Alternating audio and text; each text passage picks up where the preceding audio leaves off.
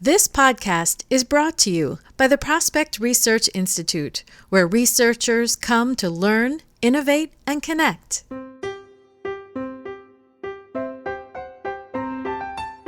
But yes, absolutely. An average fundraiser can become much more successful with the help of these tools. Welcome to Prospect Research Chat Bites, a podcast by and for prospect research professionals. I'm Jennifer Filla. Today, I'm talking with Medha Nanal. She helps organizations succeed in digital transformation, artificial intelligence, and machine learning. Hello, Medha. Thank you for joining me today on Chat Bites. It's great to be here, Jen. Thank you for inviting me. I'm very excited to be chatting with you about AI and ML and with your listeners. Thank you. Great. Well, I am really looking forward to talking data science with you today. But first, I'm wondering if you'd be willing to share a little bit about how you landed in the nonprofit sector and what you're doing now. Right. So, yeah, sure. I have a BS in computer science, and I have worked in Silicon Valley technology industry as a product developer and many other technology related roles for a number of years. During that time, I was very actively involved in the community. I was volunteering for several nonprofit organizations.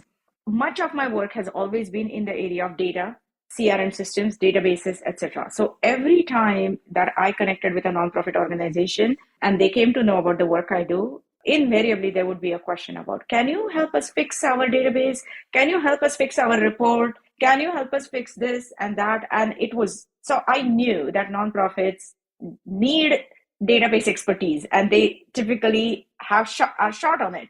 So fast forward several years from then, and like having gone through multiple other transitions in life, when I was looking to start my own consulting practice and I was trying to figure out exactly whom to focus on, by that time I had developed decent understanding about nonprofits, their challenges, their data practices, etc. And I thought this would be an excellent field to focus on. And just out of the blue, a friend of mine approached me, and she sits on a local nonprofit, or used to at that time, and she asked me to help them manage a large project of CRM transformation where they were trying to transform many of their program specific operations and fundraising into a new CRM platform. And that was a great experience for me. I mean, I really enjoyed every part of it, and that pretty much solidified it in my mind that I wanted to work with nonprofits to help them out with the data and CRM needs. Coming back to what I'm doing right now, right? So yes, I am working very closely with nonprofit organizations on their data systems. I help them select, set up. I help them connect different sources of data to kind of create data lakes, which are like a foundational thing for machine learning and artificial intelligence. And I also help them connect systems as for more day-to-day purposes, like, where they can get like a fuller understanding of their donors. And of course, a newer field that I'm stepping into now is helping them create customized data models, either machine learning models or natural language processing based products and services to help them do their job better. So you mentioned that data lake. I know that Chat GPT is a hot AI topic right now in the news, with Bing putting it on its search website. But what exactly is AI and machine learning, and how is it affecting fundraising? Correct. Very good question. So yes, it is true that Chat GPT is hot, and I'm very thankful. I mean, like on an average day, I have my LinkedIn feed these days is flooded with posts related to Chat GPT. And I do believe that a lot of it is Kool-Aid. But at the same time, I like the fact that all this conversation about Chat GPT has just bring to the fore a lot of conversations about AI, about ethics in AI and machine learning and so on and so forth, right? So coming back to your question, what is AI and ML? Technically, artificial intelligence and machine learning are related, but kind of distinct fields. Machine learning is more about taking your data, analyzing the history, and performing predictions based on that history for the future. AI is much more close to how we would understand intelligence, meaning like really creating systems that function like humans. And one of the important aspects of that is understanding language, right? Because we all speak in English or whichever language we speak in. And for the longest time, computer systems were not able to understand the languages as spoken by humans. And now the advanced systems are becoming more and more adept at understanding language exactly the way we speak, and also creating responses to us, meaning processing that inside, getting all the information based on whatever the question or the prompt, as they call, is asking them to do, and then presenting that information in near human like format. So that is AI for you, essentially, natural language processing portion, and deep learning, which is basically like, neural networks and all that. That is AI portion. And then machine learning portion is creating predictions based on the history, based on your data. So, do you see that machine learning appearing more frequently in fundraising than AI? Currently, definitely, I think. But in future, I think AI is going to make it definitely in fundraising. And I'll tell you how. So currently, how machine learning is getting used is, I think all of us who are involved in prospect research, we know that some of our prospect research systems are using AI already for scoring our prospects, right? Sometimes people have even deployed machine learning for predicting an ideal donation to solicit to their donors. All this is done on the basis of the donor's history, obviously, right? Their activities, their history, their engagement with the organization. None of this is really new, meaning humans have been doing that for ages. We all have star fundraisers who just have such an intimate and deep understanding of donors, and they know exactly how to talk and exactly how much to ask, right? I mean, we all have come across these legendary star gift officers who know exactly their donors and who are very successful at raising funds. The difference now is that all this is being done by machines, so that it is done at a much more larger scale on much bigger data set. And so on a given day, it does not take away the gift officer's importance in the process, but it just gives gift officers tools and more exact data sets to work with, so that they know exactly whom to focus on and they know exactly how much to ask for.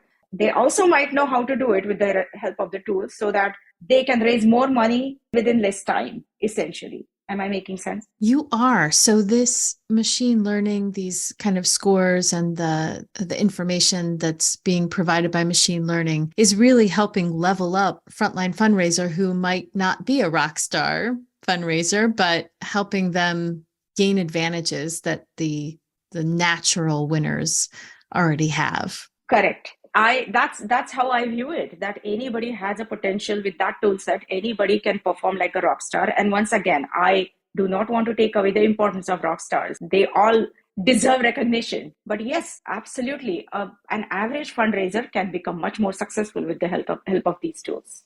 And I'm curious if you have any stories or examples about how machine learning has created a good return on investment for nonprofits. So yes, so good return on investment. So what do we call return on investment, right? Like basically the dollars that we spend, we need to get the maximum amount of donations. In that regard, yes, I have seen organizations use artificial intelligence for prospect scoring, right, to identify like the most likely prospects who are likely to turn donors. That is a huge ROI, because then you don't really spend time chasing your prospects who may not result in becoming your donors anyways. So that is one area where I have seen, and if you look at pretty much all prospect research systems or tools we use, they all claim to use some level of artificial intelligence. So that it in itself, like we see everyday examples of how AI is behind the scenes helping people, fundraisers, identify their prospects well. The other area is, occasionally I have come across nonprofits, and this is not picked up big time yet, but I suspect that it will pick up as we like in the next couple of years, is creating conversation systems which actually are connecting with the recipients of profit services. Like, for example, I was telling you about this legal services organization in Florida, which is trying to institute a chatbot on their website, and their average client will come and type an English query related to their legal issue, and they should be able to give them information and a plan of like whom to meet, what information to get, and what they can do, what are their options, so on and so forth. So that is one big ROI, because what the job that would have been ordinarily done by a human being, at least the basic information can be provided by chatbot. And so by the time the client actually connects with a real person, the client is better informed, the client has all the pertinent information gathered, and so that is better use of the client's time and the nonprofit and professionals' time. to kind of help them out together. So it just generates more success. So that is another example of ROI. The third area where I'm seeing huge ROI for nonprofits is like there are tools, for example, writing tools. And I mean, I use one in my day-to-day job. But when I'm typing out emails, right, there is this product that is like quietly listening to me and they suggest enhancements in my write-up. I find it especially useful because I speak English as a second language. So I'm always nervous about like, am I writing well? Is my grammar correct? And these products just quietly work in the big background. They suggest me edits. And when I approve them, I feel confident that when I'm communicating through electronic means over email or over documents with my prospective clients, real clients, and other community, my communication is good English. I mean, I personally have felt there is a huge ROI in that. I'm slightly different example because yes, like I said, I speak English as a second language, but these products can also suggest alternative ways of structuring your write-up, which can be tremendously helpful. Coming back to ChatGPT, like, one of the ways you could use ChatGPT and, the models like ChatGPT are now being available by paying a fixed subscription fee. And that gives you a certain access. So when I'm running a campaign, for example, as a fundraiser, I could just ask ChatGPT to give me a appeal format. I would not say that that's the same appeal that fundraising would send out, but they can at least work on it as a starting point and they can just enhance it and then send it out. And on the whole, it will definitely make their job much more efficient. So those are the ways that you can derive ROI from these technologies. It kind of reminds me when I was a legal secretary, because I was always generating documents and the lawyer had to review them. And there was, real value in that review because the law hinges on different words. But most of the work was done by me prepping that document, whatever it was, and they finished it off, which saved them a ton of time, although they could bill for the entire time. So that was always a key. Yeah. So I do see how with the examples you gave, it's really slipping into all different places in our lives at work and at home. I'm curious, how important is the data integrity in our database to the success of using machine learning? So I would say in two words, very important. And when we are talking about databases, we are talking about two kinds of databases here. One database is our raw data that we are all used to seeing, right, in prospect research, in even fundraising, which is like your database, CRM system, reports, etc., which you would be using for predictive modeling, right? Because that's a structured data. The other type of database in the context of our conversation is the knowledge base, as they call it, because all the chatbots, all these like even ChatGPT, all these artificial intelligence systems, they will create their responses based on so-called knowledge base. And that's a database. So needless to say, it is important to have accurate and relevant data sitting in your database for the purpose of your natural language processing or ChatGPT kind of systems, right? Because if your database is related to finance and if you fire up a query related to some other unrelated field, obviously, you're not going to get quality responses. Usually a chat bot, typical natural language processing based system, has a limited amount of knowledge base behind it. ChatGPT is an exception because they use huge amounts of knowledge base. Even there, I believe there are opportunities to improve the quality of response, but that's another topic altogether. Then the second type of database, which is actually more relevant to our work right now, is the structured database system, which we will be using for predictive modeling. If you listen to any discussion about using predictive modeling, you will see that people are talking about features and predictions, right? So prediction is something like you're trying to predict how much donation somebody would pay. And you would like to know about how likely or how viable is this prospect for soliciting or taking them further. Those are predictions. What do those predictions depend on? They depend on a variety of other data you collect about that person. And those are called features. So in general, the more the features you have, the better your predictability. So how does that translate to our actions to take on the database?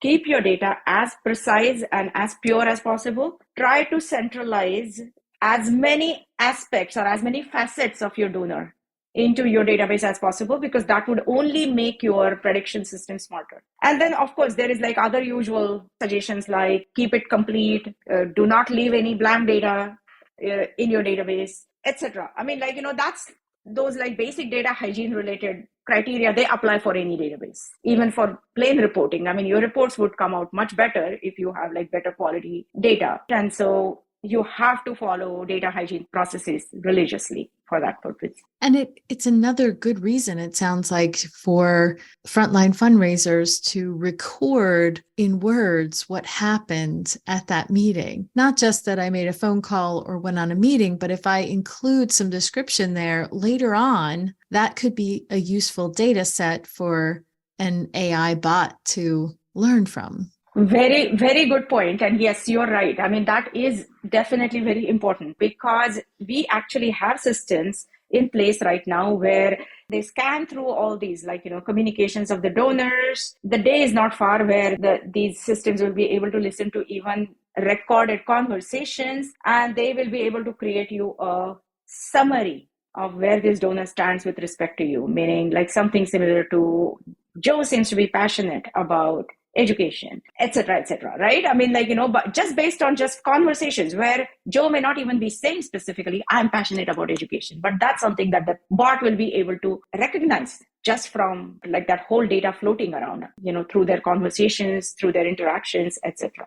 And especially with natural language processing, it's unstructured data, but now even that is valuable. Yes, that is definitely valuable. And they do that like in for-profit world, right? Like, for example, people who have Twitter engagements, companies use that data all the time for what we call sentiment analysis. What are my customers thinking about my product, basically? So that is being done. It's just like matter of time before the nonprofits start doing that. So before I let you go, if listeners want to connect with you to learn more about how AI, machine learning can be used in fundraising and run some of those ideas by you or find resources, how should they connect with you? They can connect with me over LinkedIn. I am active over LinkedIn and I would love to connect. They can connect with me over email, obviously. My email address is medhananal@topcloudconsult.com. Well, thank you so much for joining me today and for sharing with me. Thank you for having me again, Jen. And it was fun and I enjoyed chatting with you.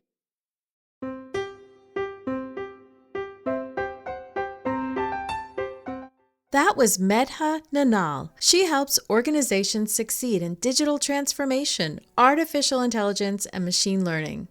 After all that discussion about data and tools, maybe you have more questions for Medha. You can find her on her company website, www.topcloudconsult.com, or connect with her on LinkedIn.